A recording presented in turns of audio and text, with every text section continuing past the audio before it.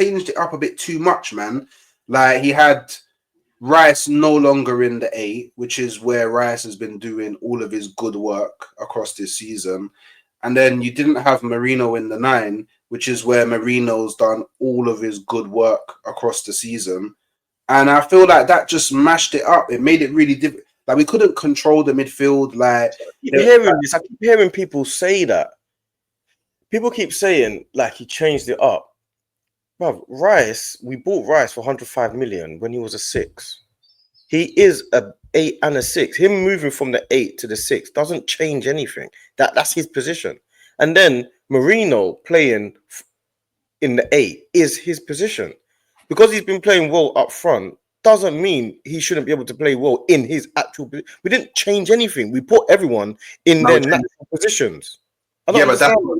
But that's not where they've been playing well in form. Like, they've been in form in these positions. Like, this is how the team. You're saying to them move Lewis Skelly to the 6, and Lewis Skelly hasn't been playing in form in the 6. He's been playing in form at left back. But Lewis Skelly, the way that he's built, the way that he plays, he's a lot closer to Partey. So, like, obviously there's that big experience gap and there is a quality gap that comes through experience. But you would have, if you did that, you could have even dashed Zinchenko there. There was options. You could have dashed Zinchenko left back. You could have dashed, Tierney left back. You could have moved Timber to left back and played Ben White right back. But just keeping Rice in the 8, which is where he is in form. It doesn't matter that we signed him to. Doesn't matter that when we signed him, he was a 6 because, by the way, he's played 8 all season.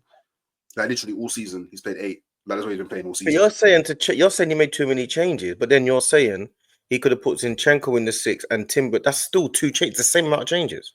No. But if you move, for example, if you move Skelly into the 6, that's one change. Only one change. No, it's not. It's 2. Oh, no. Only one change that would impact. Because all you're doing, because if you play Zinchenko left back, Zinchenko is still, he's going to invert and do all of the inverted stuff that Skelly does, playing at left back. So, but because you've very disingenuous, because you and D have been 2 people that have advocated for Skelly at left back more than anyone. Basically saying he's been one of the best left backs in the league, which I don't deny. So taking him out of that position against one of the better wingers, where he had a very good game, by the way. If you put Zinchenko up against the Doué, it would have been raps, bro. You needed Skelly in there for that 1v1 battle because he's been so good in them recently. And you know what, George? It's easy to do the what's it called? It's easy to do the hindsight thing, yeah. Because if he'd done that and it went wrong, because the thing is, sometimes you got to accept PSG were the better team. Yeah, you might have done anything that night and it would have been the same thing. I hear it. You want to do something different because you lost. Yeah. If he'd done something different, you'd have said, "Oh, why didn't Mourinho play in the 8? Why didn't Rice play in the 6?" That's the thing. That's the thing when you're playing good teams. If you haven't got your main player Partey there, you got to make the right. And the thing is, what he done, I thought was the right thing. You get me? I'm not a football fan, but I thought that makes sense. What he done. It is the right thing. Makes sense. You know why it's such the right thing? Yeah, is because what everyone else is advocating for is for there to be more changes in the team, but they don't realize it. So when you see what we had Partey missing, every single player he's only made one change in the team, and the one change he's made is Trossard in for Marino up front. That's the only change in the team. No, it's not. There's no other changes in the team apart from Trossard for Marino. No, everyone else is in their position. No. The 6 is not Declan Rice's position. He's played the 8. No, you can't do that, right, bro? You're not making no sense. He played 6 for 5 years, 7 years before coming to Arsenal. You signed him as a 6. He might not play there in your team, but he was a 6 when you signed him. We didn't sign him as a 6. You can go back. You don't listen. You're not listening. I said you signed him in that he was playing in that position when you signed him. Regardless of whether he was signed to play 8 for Arsenal or not, he has the capabilities of performing in the 6 at a high level. He done in the Premier League for years.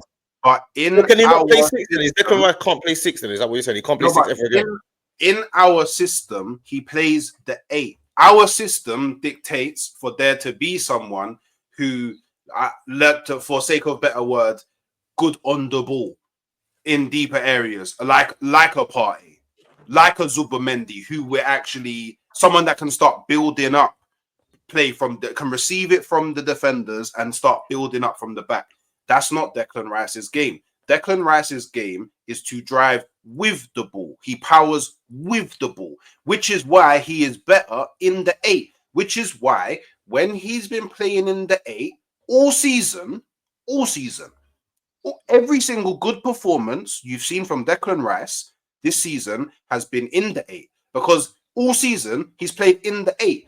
Then moving him to the 6, and then the person that goes into the 8 doesn't actually play anywhere similar to Declan Rice is crazy. To not that doesn't make sense. That doesn't make sense. No, but what I don't get is that doesn't make sense because it doesn't make sense what you're saying, because these players are all playing in their natural positions. This is like saying when, because Heung-min Son is playing well on the right, now you move him to the left, he can't perform. It doesn't make sense.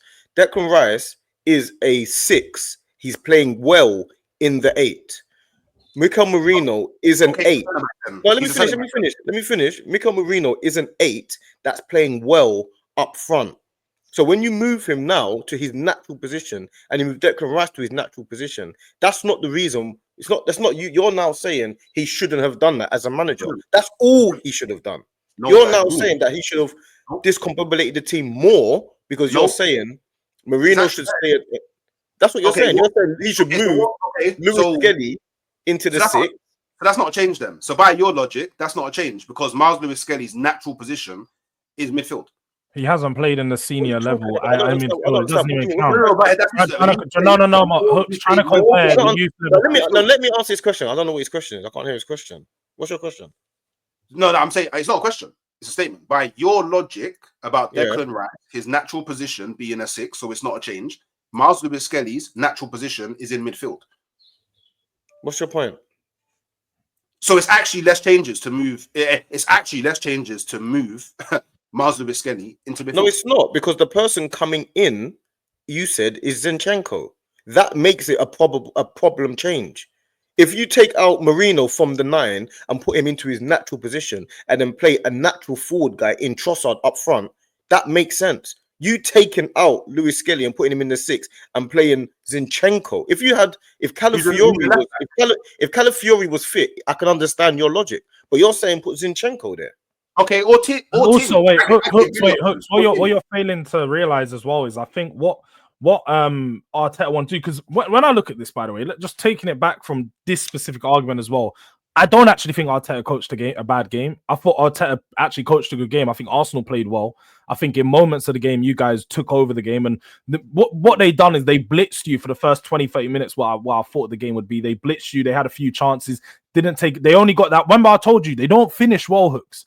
That one chance they did score wasn't even a good, it was a good goal, sorry. It wasn't like a finish he should have scored. It was a half chance. He banged it, went in. And then once they got that, it was a case of you guys were always going to take over the game. The problem was once you took over, is you've got the likes of Trossard in your front line. You've got Martinelli in your front line who aren't that great at finishing.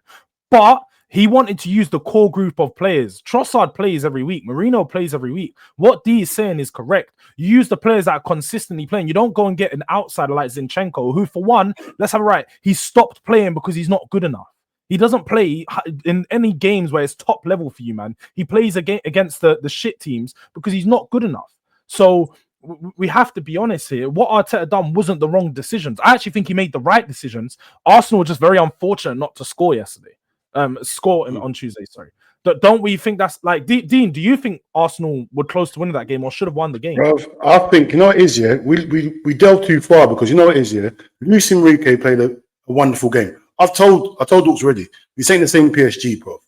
Dembele, Kvaratskhelia, and Doué are crazy. That's one thing you got to know. That midfield they had there can match anyone's midfield. And I've give Arsenal their props about the midfield all season. Yeah, that midfield was always going to struggle with that party against PSV's midfield. That midfield of PSV is a well-oiled clockwork. How they play is brilliant, and like you need all your players on top form to overcome that midfield, bro. So it was never going to be easy. Sometimes you got to look at it and think, you know what, the better team won. You could say you could have done this, you could say you could have done that, but they played the game they wanted to play, and they played it well. And at the end, they could have scored a couple more. I know Arsenal could have scored, but losing 1-0 ain't as crazy as you think. You get me? It's not as crazy as you think, yeah, because at the end, it could have been more. So you got to look at it. You got to take some positives. I know it's hard to take because you lost, whatever, but PSG, for me, like I said when we lost to them, I said that's the best team we played this season. People laughed at me because I said that's the best team we have played this season. This PSG here, not the PSG from the group stages, this PSG with Dembele fit and Skelly in it, bro. It is just so well balanced. So well balanced, bro. And you've got Luis Enrique that's doing wonders, bro. The better team won. I'm not blaming Arteta for that, bro. End of the day, you've never won the Champions League, so it's not like you are mad favourites, bro. Just because you beat Real Madrid, don't make you mad favourites. This PSG team will beat Real Madrid.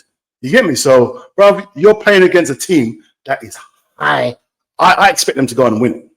That's what I said. Once they beat us, I said there's no team that can beat this team. This team's gonna go on and win it, but, bro, you still can do it because we went over there and won 1-0, and it was a hard game. That game we won, I still think was one of the hardest games we played. All they done was not score. Our goalkeeper was man of the match. So, bro, it's not. Don't downplay PSG. Don't just think it's all in your hands and Arteta, bro. PSG played a great game, bro. Yeah, so. I agree with you. I agree with that. I feel like we got outplayed for large periods of that game, and we created a couple of good chances, but they also had equally just as good chances. That's just the fact. We had the debatable penalty. I don't think it was a penalty, but it could easily be given. There are chances that on a normal day we could have that game could have been 1-0 and we would have scraped through, or it could have been 3-0 then. It could have been one of those games. So I think it's a bit tricky and it's a bit disingenuous to say that Arteta shouldn't have played those players in those positions, because all he could do, he had to. Party being out means you've got to change something. That's what it means. Something has to be changed. You can't say, "Oh, we made too many changes." Something has to be changed. There's going to be a change because Party is missing. Same way, if Kivior messes up, we're going to be saying, "Oh, we should have played Ben White centre back." Do you understand? Something. There has to be a change when key players are missing, and what he done, I think, made total sense to me. It made total sense because don't forget, Trossard had a chance to score. If he scores that, it makes sense now all of a sudden. If he scores that chance that he gets, it's what a clever move it was to play Trossard.